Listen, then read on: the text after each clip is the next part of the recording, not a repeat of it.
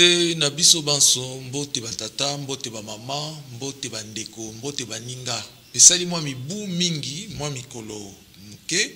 Biso na bino to kutani susute, mwa ba difficulté ezali d'ordre technique, mais et sengi ke lelo biso na bino to mona na lisusu. Boyebi bien que émission na biso et abordaka ba thématique nyonso eza émission généraliste. Ezali une émission d'avant-garde pour nako réveiller ka conscience ya peuple mobimba, ya peuple congolais, pe ya peuple ya Nzambe et pourquoi pas en Afrique mobimba. Boyebi bien chaîne Nabino ndenge et fonctionnaka chaîne YouTube. Boyebi ndenge nini ba contour nini biso to abordaka na émission.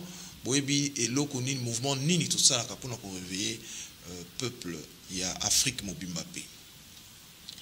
Alors, sans plus tarder, beaucoup de monde a été pembe na biso toza biso mokote tozali elongo na ye moko ako bakisawe ya ye menga na yebi ke ndenge azali wana na ozobengi monsieur Pierre Guapiti azali analyste selon biso analyste spirituel ou politico-spirituel. Donc nga na ye to ko aborder moi ba question moko boyo ezali lié na temps o ya sikoyo pe na béchéance ndenge ezali ko ya point de vue na ye par rapport ya marche ya mboka et par rapport ya histoire ya mboka par rapport ya passé. Donc ye moko azali nazo tout de suite naza ko keni ko pesa mbote oyo ka ba qualité na ye moko ndenge nini ako exhiber. Monsieur Pierre na ko bengo pe papa Pierre Guapiti, bonjour. Oui, bonjour, bonjour Ndeko. Bon, nga déjà na meki na bundi pour na komeka ko présenter personnalité na mais yo moko pe tant susu okulinga ko éclairer lanterne makasi par rapport ya bazola na biso na ngonga oyo. Matondo toi sakidila accenti. Merci d'abord na Hachem Adonai créateur pe maître ya univers. Merci na Wamba Mpungutu Lendo, Dieu Père Tout-Puissant, Nimaweja Nangila Dieu de nos ancêtres. Pe merci na bino bae bobenginga tongo oyo poto yeba kosolola na bandeko pe oyo bazali de l'autre côté ba youtuber oyo bakolanda. En tout cas, na tondi bino botondi pe na pesi bino merci Matondo. Donc, bon, Messano, je ne suis pas un inconnu sur les réseaux sociaux. Presque toute la diaspora congolaise, bavandi na libanda ya mboka, tant baomona kaka baebi que non, c'est Dr Pierre Guapiti, l'homme de la news christique, qui nous parle. Yende azo solo la nabiso, ngana zali moko ya ba congolais oyo bavandi na diaspora. Ça fait plusieurs années, plus de 40 ans que je suis en Belgique. Donc, et je sillonne un peu le monde pour enseigner, pour enseigner la gnose christique, hein, la gnose. Raison pour laquelle aussi, Nazan Akati Amboka, pour enseigner. Si que nous par exemple, la gnose christique, pour la biso batutoyo kika siko. Et kokota na mozino na mpona komeka koyeba pour expliquer nini na public et ko expliquer la news christique waneza français mais na lingala ezali lokola la gnose ezali lokola la haute connaissance donc boyebi ya bozino ya matali Christ. Okay. Christ ezali mpeve ndenge bakobenga na Kikongo mpeve. Christ aza mutu te, Christ aza mpeve. Alors mpeve wana ekite laka ba oyo ye moko kolo mokili aponaki bango uta ebandeli ya mokili pe atindaki bango pe atindaka bango na mokili ya se bango nde mpeve ekite laka bango otobengi esprit christique pona ko aider bango baye bakokokisa mission oyo le père apesi bango na kati ya mokili oyo ya se autobengi monde présent. Ce qui peuvent être, ce qui esprit christique était, yo okokoka kosala mission wanati. Raison pour laquelle okomona même ye moko bazoko benga Yesu, Jésus, mais biso tozolo banakati ya Bible, nous avons presque deux Jésus dans la Bible. Mais oyo pena ba bengi Yehoshua okomona ne bandeli kombo ne zaka kaka Yehoshua. Tango azokola kombo ne zalaka ka Yehoshua. Hein? Qu'on a traduit en grec Jésus, Jésus, et puis en français bayeko bimisango Jésus. Hein? Alors, mais ayeko koma Yehoshua Hamashia quand tango awuti kozwa baptême nae ndenge Bible zoloba au bord du fleuve Jourdain. Jean le Baptiste, le premier à avoir cette révélation sur lui, alors j'ai vu l'Esprit descendre sur lui comme une colombe. J'ai vu, namoni, mpeve ko quitter la ye, lolenge, lokola, neke ya colombe. Et ce jour-là, Yesu, Yehoshua, alongwa ki Yehoshua kaka, a commis Yehoshua Hamashia. Jésus le Christ. Jésus-Christ, c'est une mauvaise connotation. Parce que Christ est allé prénoté. Alors c'est pourquoi dans hébreu, bazakocha article na katikati ha Mashia. Jésus le Christ. Donc biso toza sikona kati ya gnose tozo kota na kati ya bozindo o tozo benga la quatrième interprétation de la Bible, parce que la Bible a quatre formes d'interprétation. La première qui est une interprétation obvique, ba oyo bazo zwaka ka Bible ndenge bakomi yango. Non, la Bible utilise un langage allégorique, c'est-à-dire masese. Et sengeli yo okene koyeba masese wana elingi koloba nini, elingi kolakisa nini. Ce qui yo na nokoti na niveau ya ko décortiquer masese wana te, vous êtes encore dans la première interprétation qui est littéraire, et nous dans la news christique nous disons ceci: celui qui interprète la Bible d'une manière littéraire conduit la masse populaire dans la brousse. C'est ça ce qui se passe dans ces pays. Donc tu bandi ko comprendre notion tozo benga ba notion christique, parce que avant tozaki koyeba te bon tozaki bana mike bazolo bana so Jésus Christ, bon sikoyo de plus en plus on entend le vrai sens, la signification de Christ. Mais docteur Bamsou Balobalobi, Christ veut dire simplement envoyé. Quelle est la différence entre ma connaissance Oyo Zanango na Oyo Tokoki Koloba ndenge ozo expliquer wana? Christ aza l'envoyé, c'est autre chose. L'envoyé, c'est un apôtre. L'apôtre, c'est pas Christ. L'apôtre, ce qui dit envoyé au loin. Donc, une Thomas, Thomas, aza motindami, il y a un apôtre afandaka et sikamokote parce que c'est un envoyé au loin. Apôtre veut dire envoyé au loin. Donc, il y a à côté la bipaï na bipaï. Mais Christ, c'est un esprit. Aza mutute, Christ azali esprit. Mpeve aza mutute.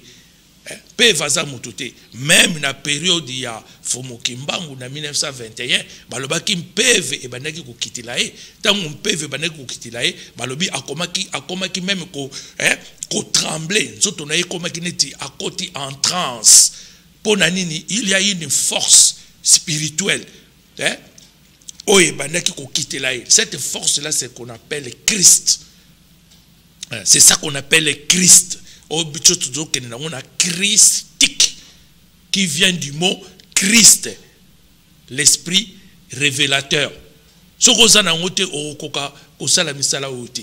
Christ a envoyé. L'envoyé, c'est autre chose. Tu vois? Donc, Tolandi, moi, différenciation entre le terme Christ pour sens non ezali molimo donc mutute, donc différenciation on a tout le monde. Mais docteur, de plus en plus la notion de la connaissance spirituelle et bandi ko changer na mboka oyo. peut-être autrefois tozaki koyeba makambo ndenge yango ezali te, mais lelo tozomona moi sikoyo moi éveil moi to découverte moko boye o ezali ko mema siko bato pe na kofungola misu pona komona ke o toyebaki liboso eza o toyebi lelo te. Qu'est-ce qui fait ce mouvement d'éveil pour que maintenant vous expliquer mieux et loko bato basengelaki bayeba avant par rapport à lelo? Oui, c'est tout à fait normal. Avant de samutuna na yo likanise lingana continuer moi explication sur Christ. Omoni ba disciple o bazalaki na Yesu tong bazalaki na ye ba yambaki na nous PVT. Ba yambaki na nous esprit christique te. Ba na ko comprendre te. Un jour, Jésus a dit il faut que je m'en aille, il faut que je m'en aille, Pierre qui dit que non, mais Jésus a dit non, vous allez me suivre plus tard, pas maintenant, mais plus tard. Mais Pierre, à côté doute, la parole y a maître. Ah bien non, moi je ne te suivrai pas plus tard, moi je vais te suivre maintenant. Ça dit non, maintenant au kokate. Parce que Yesu azo mona, pas si oya ko nyokwama, azo mona ngo, mais Pierre azo mona ngote. Pierre azo mona kaka, il a eu des miracles, il a eu des multiplications de pains, il a eu des multiplications de poissons, et on était dans une ambiance là très chaleureuse. Mais Jésus azo mona pas ça comme on a dit, Pierre, écoute, avant même que les coqs chantent, aujourd'hui là, on peut régner on peut 3 fois. Zomona. Parce que ça a un esprit christique. Mais le jour de la Pentecôte, acte des apôtres, l'esprit christique était descendu sur eux quand il se trouvait dans la chambre haute. Tant que Pierre a yambi esprit christique a comme une Thomas envoyé au loin, Tomoni bakita qui Palestine, ba à Rome. Pierre est revenu jusqu'à Rome. Mais tant à Rome, tant que Néron Caïsal a déchiqueté la première gnosis, nakati ya esplanade wana, Pierre azalaki te. Pierre azalaki libanda, mais Pierre ayoki ke bateau yo tangisaki Christ, bakangi bango bazana arène, bazako lia bango na ba lion, soko boyi ko renier. Pierre ora kima, ye mutawanga na ki Yesu devant une femme qui lui a posé une seule question. Toi aussi tu es galiléen, parce que accent na yo ezali ya ba galiléen, yo pe ozalaki na ye. Mais ce jour-là, Pierre a yakiti na arène na Rome. Et si ko yo monaka na place Saint-Pierre au Papa Bimaka, pour ça la orbi et orbi, au place où on a des alaki arène, au babanaki ko lia ba chrétien na ba lion. Ma première Christos ozomona akima kite parce que azalaki na mulimo wana yango moneza kotamula na papa kimbangu bakotise koto yo abimisie bakotise na mai abimisie bakotise na tono abimisie bakotise na boloko abimisie parce que c'est une force créatrice yango nde e créa biloko nyonso cette force là ozomona donc Yangona koraki na keneba musika enseignant sur PC mutuna a keneba musika parce que mon rôle c'est faire comprendre jusqu'à ce que le disciple va comprendre et ngala communication. Ozo me mabiso penza kama mo musika me biso petoli kokota si. Alors maintenant question na yo mutuna na yo toza sikona tangu ya verso. Moni toza sikona tangu ya verso vers na o. Il y a 2 mots connectés. Verso. Vers na mai. D'ailleurs, au Mona, Namikilia Poto, ou bien à Baboukou Moussou Bazako Tcha, moi si Asimbi Kalebase, Azako verse mai. Moni, Azako verse. Mai, c'est la connaissance. Donc, minute tozali connaissance, Azako planer. La surface de la nature. Namu pepe parce que l'esprit christique atambola namu pepe azako tambola oyo nyonso kozala disponible pe disposé et ko kitela ye ndomoni balobaki na Daniel kokanga buku oyo te jusqu'au temps de la fin batu mingi bakotanga yango pe connaissance ekokota na kati ya etukuluku ya batu. Donc livre maintenant eza ya kofungwama akashik, ezali ya kofungwama oyo nyonso akozala disposé pe disponible yango ekokitela ye tant oyo toza sikoyo yango wana. Yango moni connaissance et comme ko kitela batebele et comme ko fungula batebele misu ba komi même ko comprendre Bible oyo na ba dimension oyo batu ba comprendre ki yango te ndenge toza ko limbola yango pona mokili. Bon, siko ndenge Bible bandi ko fungwa mawana, est-ce que et cause la sujette il y a ba interprétation et belé te parce que il faut quand même que canaliser ba connaissance ndenge ezo vanda et bandi ko kitana na mitu ya batu ezala te ke ekitia okuna interpréter et puis si amalgame na désordre et puis peuple yango o esingeli ayamba connaissance yango akozala désorienté akozala na nzela te.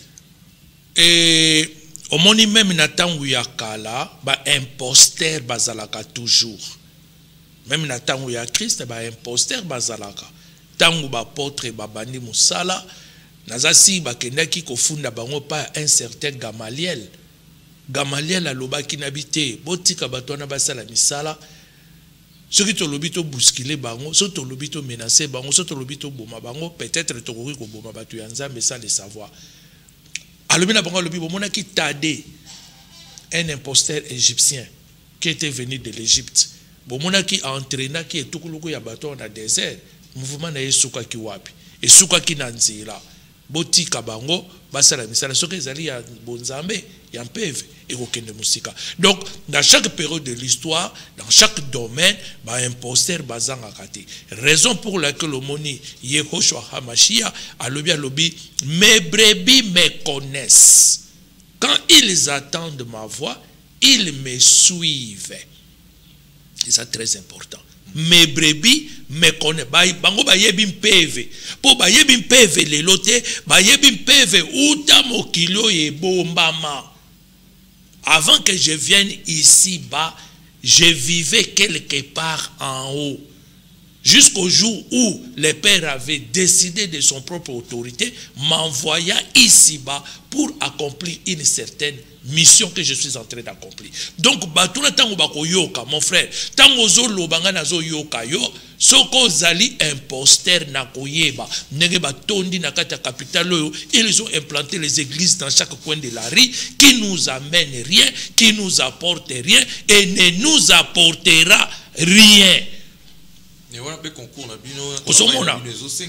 Donc c'est ça, c'est un peu ça. Netoza koya pona ko limbo la malembe maimatali Christ, maimatangi matali Biblia.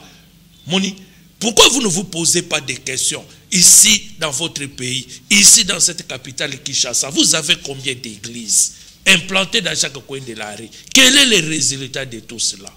Quel est le résultat? Quel est le résultat? Toi? Donc parce que mingi bazali ba imposteur, mingi bazali ba imposteur, mingi babungi nzela, bazalaki na kati nzela, mais babungi nzela, bakoti na ligne ya Abiatar. Alors mboka éclairage spirituel ekokita ndenge nini?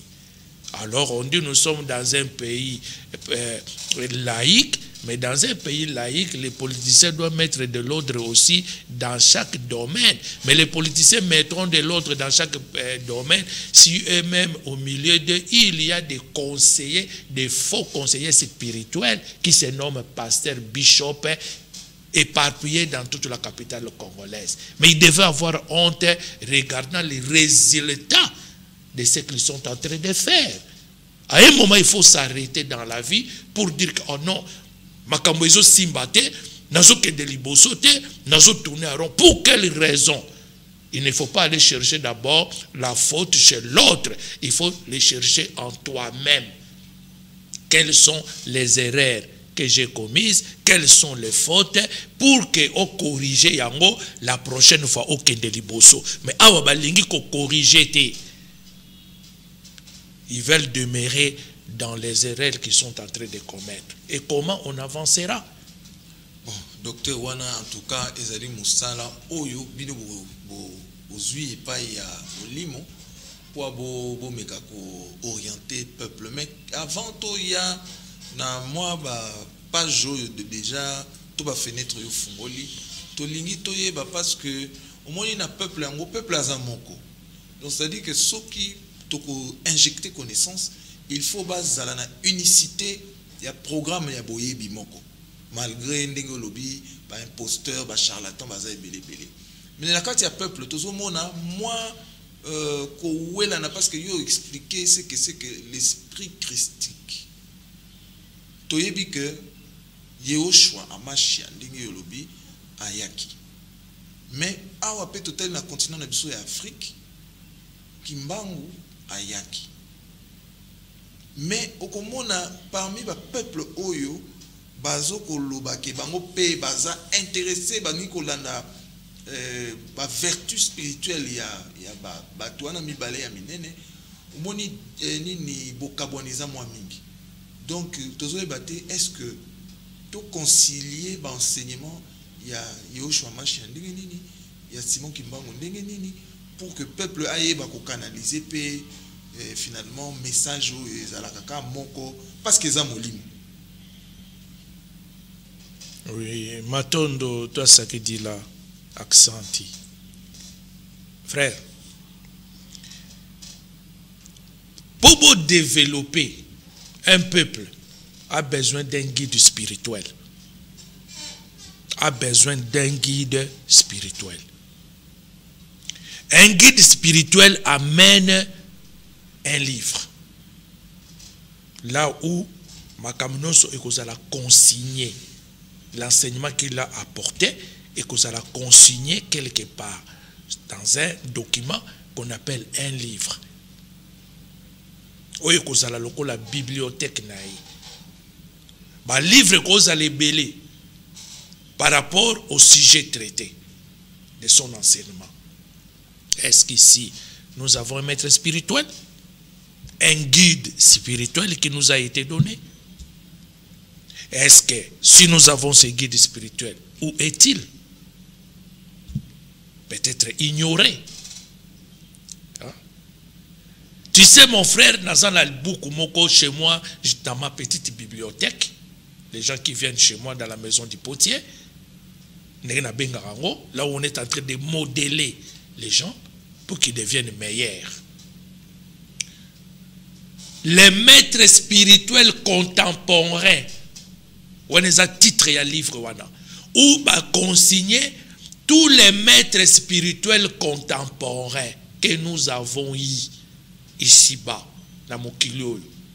Balongi ya molimo oyo ba yaki na kati ya Mokilio dans chaque peuple. Et quand j'ai eu connaissance de ces livres, j'ai envoyé beaucoup de gens dans des bibliothèques aller chercher ça. Qui vous a envoyé de venir chercher ça? Mais dans le beaucoup de moni bakomi Simon Kimbangu, un maître spirituel contemporain. Il est parmi les maîtres spirituels contemporains où ils ont prélevé aussi Jésus-Christ. Ils ont prélevé Krishna. Ils ont prélevé Bouddha Gautama. Ils ont prélevé Lao Tse. Ils ont prélevé Baha'u'llah. Ils ont prélevé les Babs. Ils ont prélevé le prophète Mohammed sallallahu alayhi wa sallam. Bon, donc, Papa Kimbangu, c'est un maître spirituel contemporain. Pour quel peuple? Pour quel peuple maintenant? Pour le peuple noir, Bantou. C'est lui. Prophète Mohammed sallallahu alayhi wa sallam pour les Arabes. Mose, Ramose, dit Moïse pour les Hébreux, les Juifs. Ainsi de suite. Là aussi pour des Chinois, Confucius et les autres. Alors, nakati ya maître spirituel, a un enseignement, à cause la nini, à cause la peine à bateau ya ko former pour na bango bakende ko véhiculer maintenant message o ya ye nango aye ko tangisa bino ba principe aye ko tangisa bino ba loi aye ko tangisa bino ba ordonnance spirituelle ba précepte o esengeli bino ko landa pour na bozala en connexion na ba mokilo ye bombama parce que kuna nde makamuno ceci que evangélie. Mais principe de base et qu'on a toujours bolingo, amour. Moni, on m'a dit papa qui m'a dit non violent, amour. Alobi lelo bakokangangai, lelo ekoyinda awanankamba. Oyo amoni akokokate ayati. Jésus la même chose. Ba ekokangaye disciple naye azui épée akati soda litoi Jésus azui litoi azonsa bi non oya kobunda na minduki akokufa pe na minduki makambo na biso ya minduki te ngana kobenga armée céleste et koko kita awa et neutraliser bango na minute. Donc un maître spirituel maintenant akoyana makambo wana maintenant a inkilike yango bato bakomi ko tambula. Ce pays ne devait pas être christianisé. Donc christianisé, c'est-à-dire christianisme occidental qui nous a mis dans cette merde. Excusez-moi de dire les termes. C'est le christianisme occidental qui a été fondé et fabriqué au IIIe siècle par un certain empereur Constantin le Grand. Baye ko sala évangile bazuma kamuya Yehoshua batiango kaka na 4 évangiles et des faussetés là-dedans.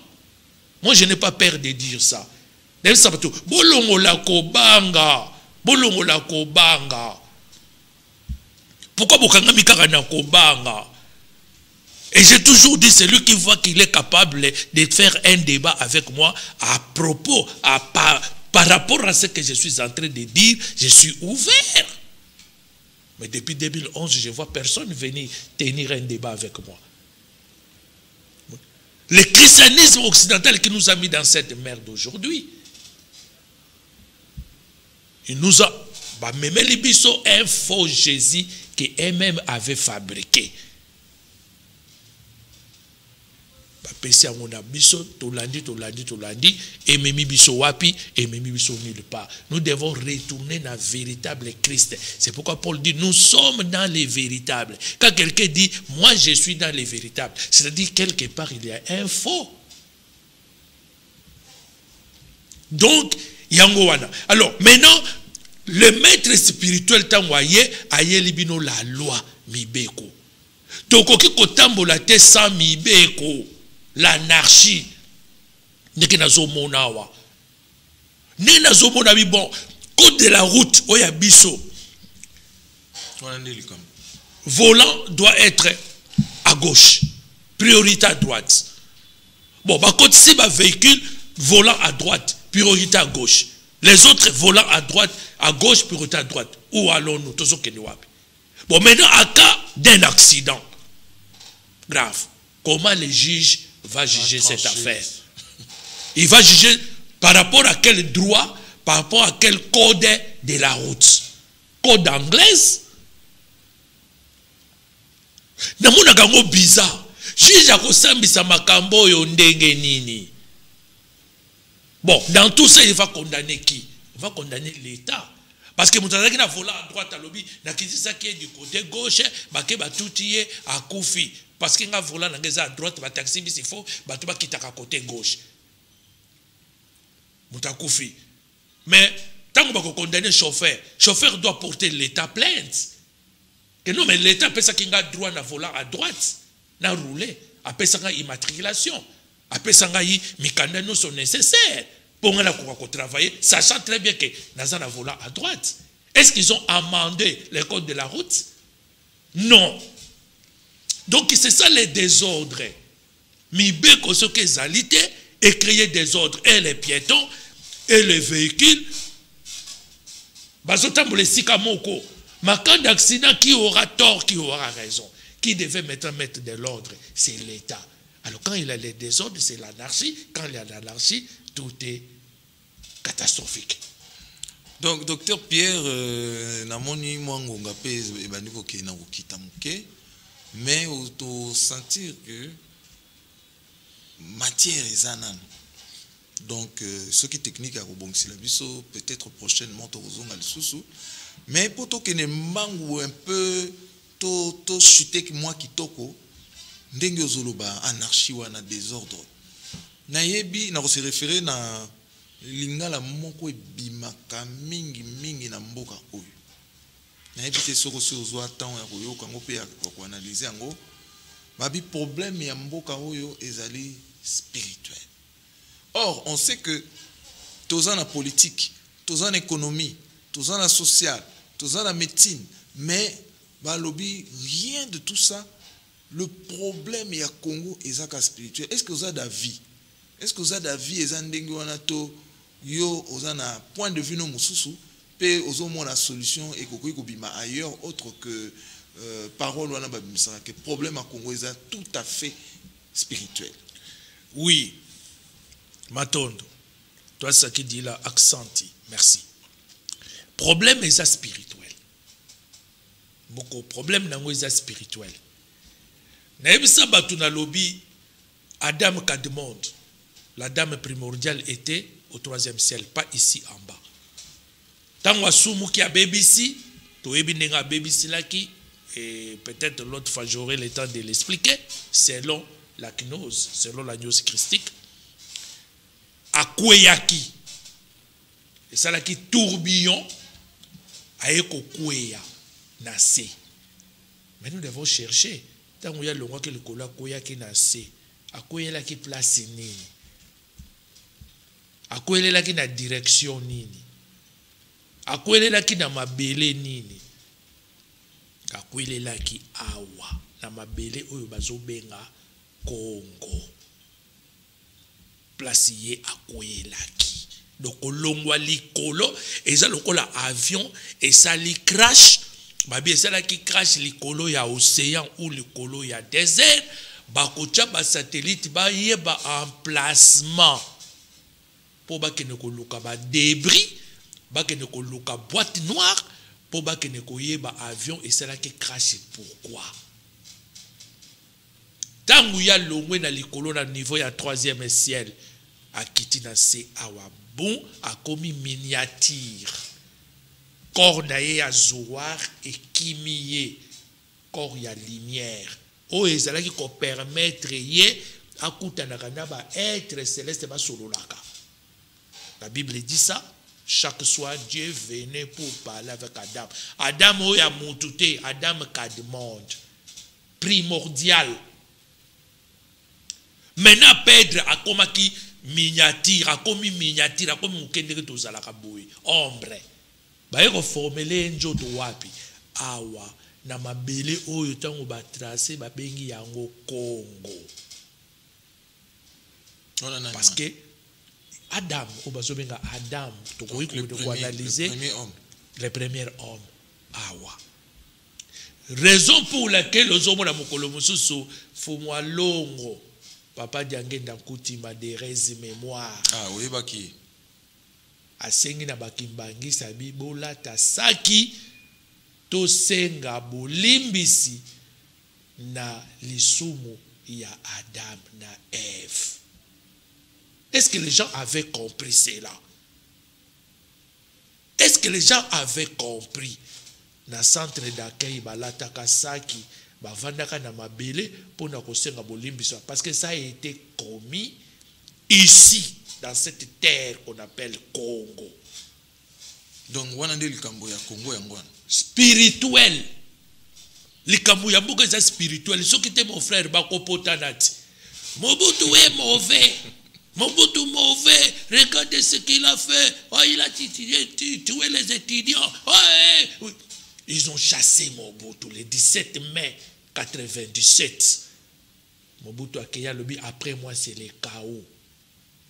Il se repose au Maroc. J'étais là le 18 octobre pour me recueillir devant sa tombe. Musée Aye, Ah, musée, bakati ba courant, bakati ba inga, tout ça, nous on était en Europe, on voyait ça ici. Musée a été assassiné au mois de janvier 2001, si ma mémoire est bonne. Le 16 janvier 2001, il a été assassiné. Joseph Kabila Kabange, oh il est rwandais, oh il est comme ça, oh il est comme ça, oh il est comme ça. Au mois de décembre 2018, Joseph Kabila Kabange passa le pouvoir. Oh moi n'amboka soit pouvoir, moi n'amboka soit pouvoir. Maintenant, c'est Félix Tshisekedi Tshilombo, Fumwadi Tonga a pris le pouvoir. Maintenant, il était comme ça. Est-ce que le problème est où? Il faut discerner les problèmes. Félix aussi partira. À sa éternalité. Et l'autre, il finira toujours pour partir. Et l'autre qui viendra, qu'est-ce que vous allez dire? Il faut chercher les vrais problèmes. Les vrais problèmes, c'est le spirituel. Qui va arranger le spirituel? Premièrement, le numéro 1, c'est le président qui va arranger le spirituel. Mais lui-même, il doit comprendre le spirituel. Lui-même doit... Si la qualité, si ceux qui ont la compétence, il faut azalanango, comme David, roi et prophète. Roi et prophète. À cause de la roi, sans azala prophète. Tu vois? Pourquoi on dit Mobutu roi d'Isaïe? Parce qu'il a été investi par des pouvoirs ancestraux. Il a été investi par Mfumwa Longo, Papa Diangenda Koutima, Joseph, qui prophétisa sur lui que tu seras président dans ces pays. Et n'oubliez pas le kimbangisme, suite à tout ce qu'il écrivait sur son journal, étant encore journaliste. Et Papa Diangenda Koutima fut le conseiller spirituel au départ du président Mobutu. Jusqu'au jour où il abandonna, abandonné la voie droite, la voie gauche, où il abandonna même les ancêtres, le pouvoir qu'on lui avait investi. La dernière minute, il ôta à Longoli et continuait à Léopard, à Longoli Mouangunaye, à Tiamo Sukachaka Yangowapi, à Komina Mouanguya Aigle, où est-ce qu'il n'a pris ma couria. Et regardez la suite, il n'arrivait plus à diriger. Donc si on a un président qui a compris cela, alors à Koye Sika ya batona solo solo, pas les pasteurs qui sont là, tantôt il met les talites, vous n'êtes pas judaïque, vous êtes de l'église des réveils, pour quelle raison vous mettez les talites? Il faut nous expliquer pourquoi vous mettez les talites qui ne relèvent pas de votre confession religieuse. Ou vous êtes judaïque, ou vous êtes dans l'église des réveils. Qu'est-ce qui se passe? Alors maintenant là, vous, faut moi dire la République, mais est-ce que ça donne un résultat positif? Rien. Donc le problème de ces pays, mon frère, est spirituel. Est spirituel. Nous sommes déviés. Tous allés déviés. Même ceux qui se réclament le kimbangisme, quand il prend la Bible, je dis non. Papa Kimbango le baki biso to koma oya biso beaucoup mais comment mi peut noter nini. Bon, pour écrire maintenant les livres, faut to koma on a écriture. To koma on a écriture ya français, ce n'est pas notre écriture. L'écriture Mandombe est là. Est-ce que bazo développer yango pour commencer à enseigner ça depuis l'école maternelle? Qui va valoriser cela? Si ba konzi ya politique, mais ba konzi ya politique ceux qui ba komoko spirituellement bazali nul, croyant que so ba kena kati ya franc-maçon de ba commis danger. Alors la franc-maçonnerie africaine c'est une fausse franc-maçonnerie teintée et mélangée de la sorcellerie et du fétichisme ancestral. Alors, il faut développer, parce que pour développer, le maître spirituel qui vous amène les lois, les ordonnances, les préceptes que vous devez appliquer pour être en contact avec les esprits supérieurs. Parce que c'est eux qui détiennent même la technologie. 2, il faut l'écriture. Vous allez écrire les livres avec quelle écriture? Quelle est la Éthiopie? Beaucoup na écriture na bango. Vous devez avoir une langue pour interpréter cette écriture. Ce qui biloko wana se koki tala kaka bamboko baza na écriture na bango, baza na langue na bango, baza na nini na bango sacré, baza na ba croyance na bango eza posé par rapport à biso to ko adopter l'écriture qui n'est pas des nôtres et la langue qui n'est pas les nôtres.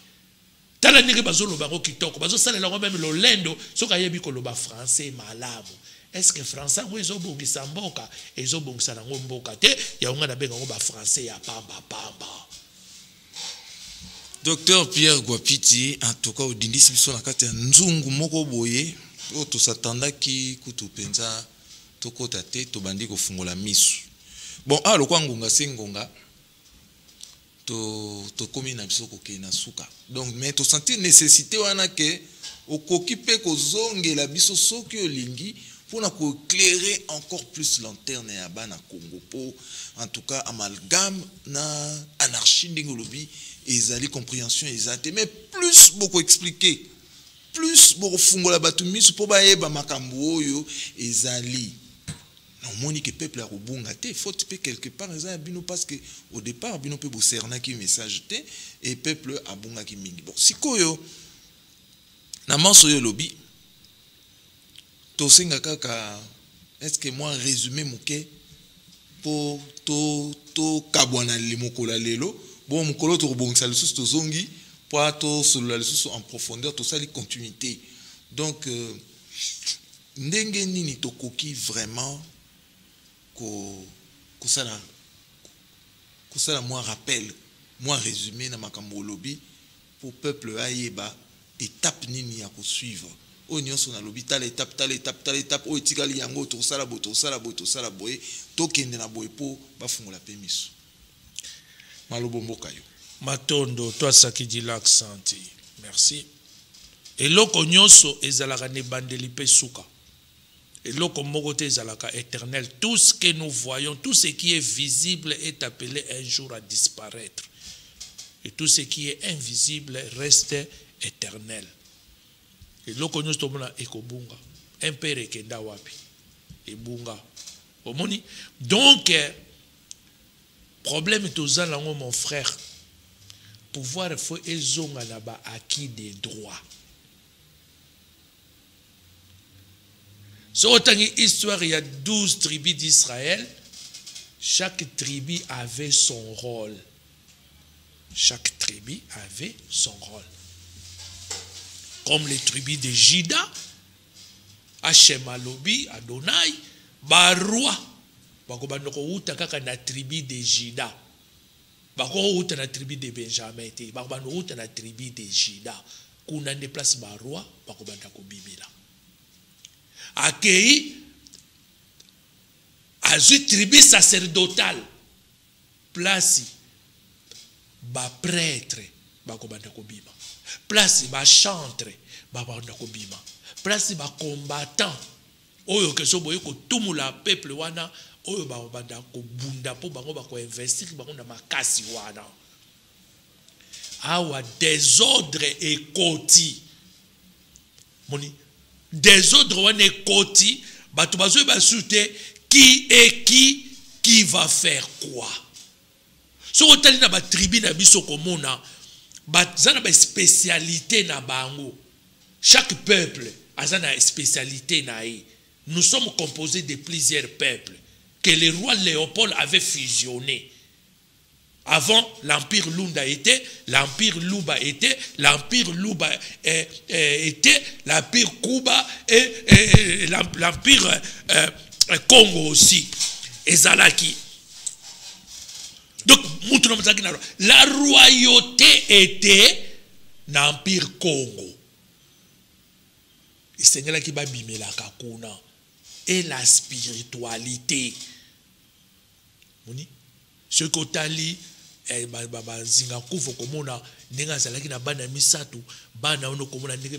moi je dis, moi je suis l'incarnation aussi.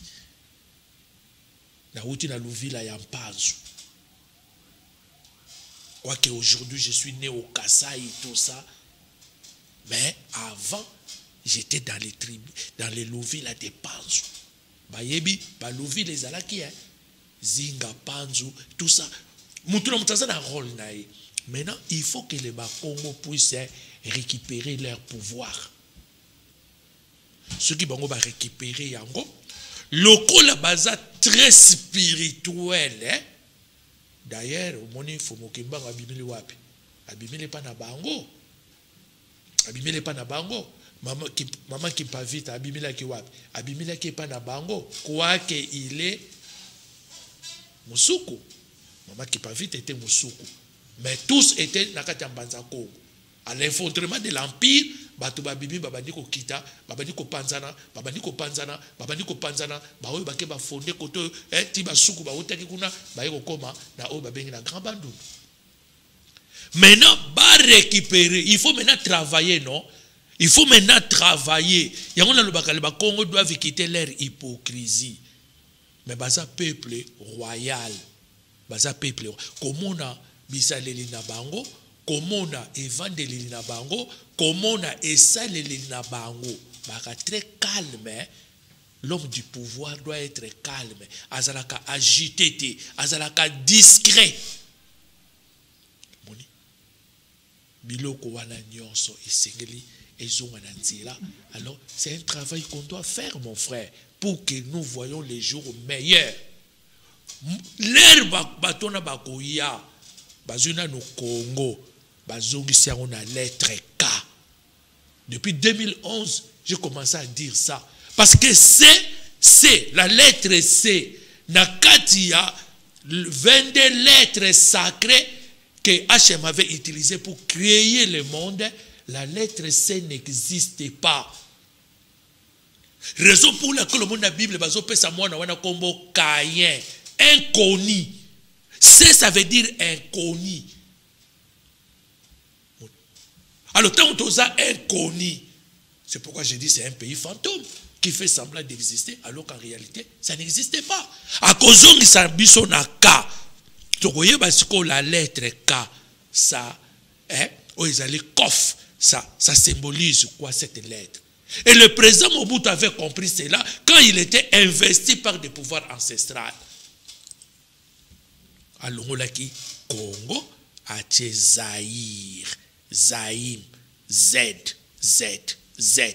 Et ça, on a l'alphabet sacré. Le 22 lettres de l'alphabet sacré.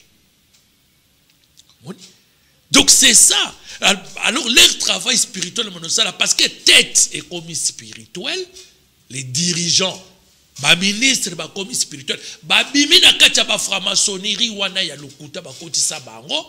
Babimi na katia ba rose croix ya lokuta wana ba kotisa bango. Babimi na katia ba catholicisme ba protestantisme ya lokuta wana ba kotisa bango ta la place mimi mboka. To komi na culture na biso spirituel. Ba wana bakangi ba buku na bango bazongi nango na Vatican. Bazongi nango bisika ba utaki nango. Pour ekomema biso nulle part. L'église n'a jamais développé une nation. Voilà, docteur Pierre Wapiti, Topesio, merci mingi en tout cas ngonga et rappelez biso na ordre tebi ki okozonga. Donc pour na conclure na ndenge to aborder mission lelo o boka kaka problème ya Congo eza spirituel boyo ki docteur Wapiti lelo a expliqué. Bo se sentir sous ignorante bo ba sous-té bo ba spirituel eza makamoni yango na boyoki. Topesio docteur merci mingi. Naebi ke ozongela biso matondo soki H va permettre vraiment nzambe va permettre ozonga comme ça que le peuple de Dieu soit édifié. Dans un commentaire mingi sous-souté nga moko pe nazali un peu frappé na ba révélation ya sali to pesi bino mbote mingi to kokuta na bino prochainement ye moko docteur à promettre à kozonga. Merci mingi na bino bo rester scotché pour boyer encore un peu plus. Merci.